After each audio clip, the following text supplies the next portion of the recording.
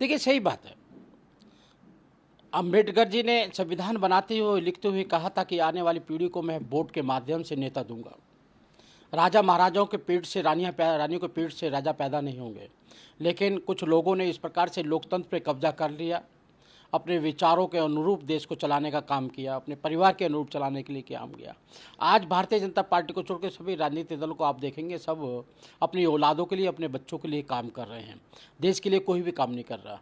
इसलिए ये सही बात है, आज देश का हम धन्यवाद करने चाहेंगे कि उन्होंने एक चाय बेचने वालों को देश का प्रधानमंत्री नियुक्त किया। अदरवाइज़ तो नेहरू गांधी खानदान की एक बपोती सी हो गई थी। और आज देश उस ओर बढ़ भी रहा है, लोकतंत्र की तरफ बढ़ रहा है, देश के संविधान के अनुसार आगे बढ़ रहा है। बिहार के मुख्यमंत्री नीतीश कुमार आगामी लोकसभा चुनावों के लिए प्रधानमंत्री पद के उम्मीदवार नहीं हैं, देखा जाएगा समय पर। नहीं, मुझे लगता है ये नाटक और ड्रामा है, उनके मन में यही है। जब भी इस कारण से बिहार के अंदर जो बड़े बड़े 1700 करोड़ का पुल गिर रहा है, उधर ध्यान नहीं दे रहे। बिहार के अंदर सरेआम गोलियों की बर्दाश्त हो रही है, उधर ध्यान नहीं दे रहे। बिहार के अंदर किस प्रकार से दंगाग्रस्त एरिए हो रहे, उधर ध्यान नहीं दे रहे। किस प्रकार खुलेआम दारू बेचने का काम हो रहा है, उससे लोग मरे, उधर ध्यान नहीं दे रहे।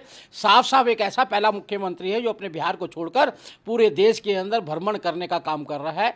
और उनके मन की लालसा भी है, क्योंकि ये एक्सीडेंटल एक बार 2-2, 4-4, 5-5 महीने के प्रधानमंत्री बन चुके हैं। ये इनको देश से कोई मतलब नहीं है, खाली इनके पीछे प्रधानमंत्री, पूर्व प्रधानमंत्री लिख जाए उसके लिए काम करने वाले हैं। और ये सब नाटक और ड्रामा जो कर रहे हैं, जनता की आंख में धूल झोंकने का काम कर रहे हैं। इसका उदाहरण है जी, यूक्रेन और रशिया की लड़ाई के अंदर एक भारत ही था जो अपने विद्यार्थी को निकाल पाया।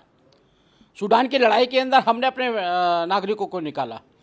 तालिबान अफगानिस्तान के अंदर आपने देखो, हम अपने नागरिकों के पूरे विश्व में रहने वाले हर नागरिक की चिंता करते हैं, जबकि वो सभी लोग भगवान भरोसे छोड़ने का काम करते हैं।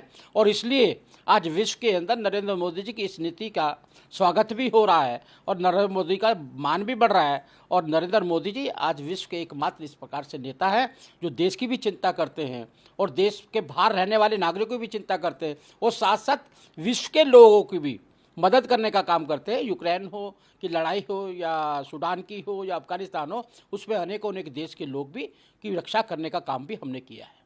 देखिएगा, केजरीवाल जी को मालूम नहीं संविधान क्या कहता है।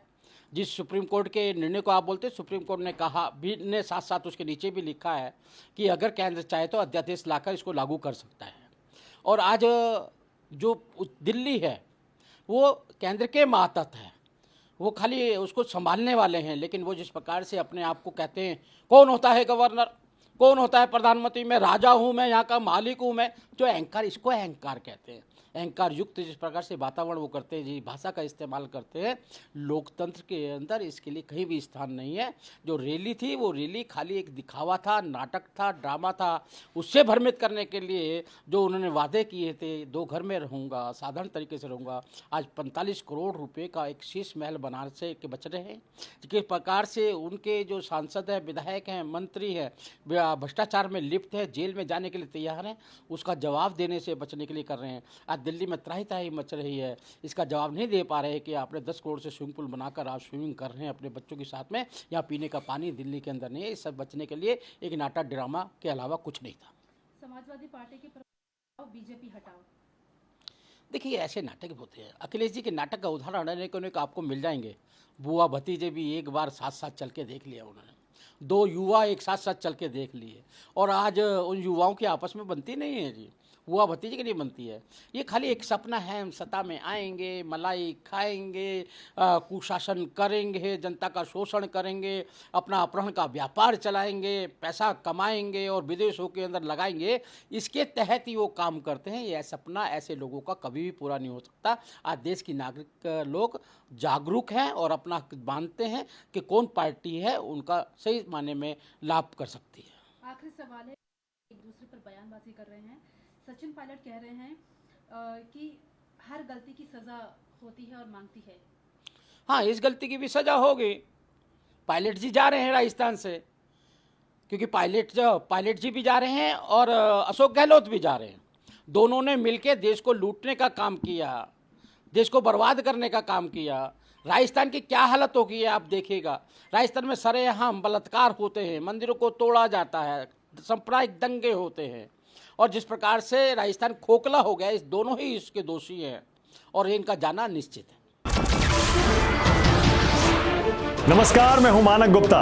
अगर आपको हमारा ये वीडियो पसंद आया हो तो इसे लाइक और शेयर जरूर करें और हां, हमें सब्सक्राइब और फॉलो करना ना भूलें ताकि आप देश और दुनिया की कोई खबर मिस ना करें। तो जुड़े रहिए हमारे साथ और देखते रहिए न्यूज़ 24।